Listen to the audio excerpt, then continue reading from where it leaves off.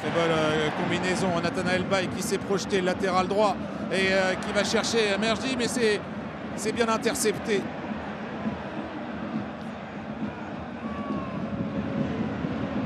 Allez, la deuxième incursion dans le camp avec cette sortie de Gallon et l'ouverture du score des Girondins de Bordeaux.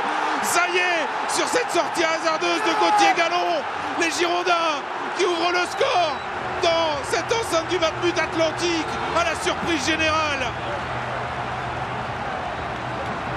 Et quelle surprise Arnaud, mais finalement pas tant que ça, hein, parce que le discours du coach, ces joueurs ils l'ont compris, ils ont mis les ingrédients dès le début de l'agressivité, ils ont essayé d'avoir quelques balles en possession, ils ont eu 2-3 opportunités, puis là ils ont enfin fini ces actions. Effectivement, Gallon, quelle sortie hasardeuse qui sort des points, n'est pas assez loin de sa surface de réparation, et puis un Bordelais traîné là, quelle spontanéité de la part de ce joueur. On va le revoir, cette ouverture du score de Soufiane Bouassa.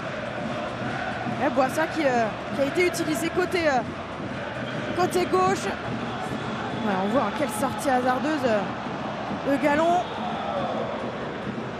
Et gros contact aussi avec Mergi, mais ça fait 1-0 pour l'instant pour Bordeaux qui crée la surprise.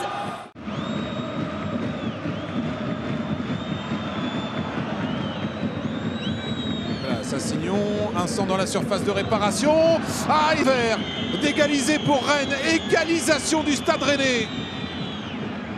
Ils sont allés la chercher, les Rennais, parce que c'était pas facile, il n'y avait pas de joueurs disponibles sur ce côté droit. La touche, on était très statique, et puis finalement, Lovic Plas qui trouve tout de suite en première passe Lorraine Sassignon. Et là, quel centre, première intention, Adrien Truffert qui gagne son duel de la tête. On est sur le reculoir, notamment côté de Baye. Ouais, quel but, Adrien Truffert qui a un très bon jeu au pied aussi de la tête. Arnaud Kalimuendo dans un rôle de pivot. Matoussiwa qui a failli s'essayer à la frappe, et ce sera magnifique. Jordan James qui permet au Stade Rennais de mener 2-1. Quelle frappe et quelle combinaison rennaise.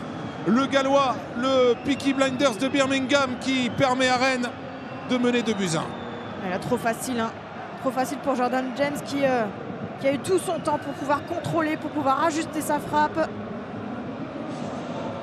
Voilà, quelle erreur aussi là au milieu de terrain. On s'est fait surprendre, on pensait peut-être que ça allait jouer côté droit ou dans le dos.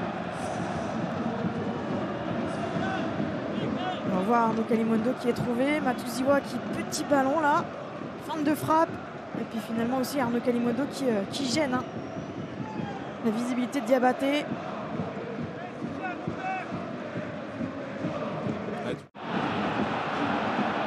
Et ce sera une touche en faveur des Bretons. Il y a de la maîtrise côté rennais.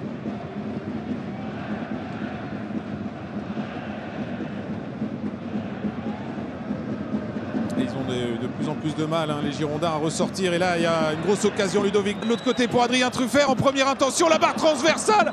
Oh, Lorraine Sassignon. Et 3-1 dans ce 32e de finale. Ça chauffait sur le but des Girondins. Une première fois, une deuxième fois, mais la troisième est la bonne. Avec Lorraine Sassignon, la Sana Diabaté, une nouvelle fois battue. Là, ça va trop vite maintenant, Arnaud.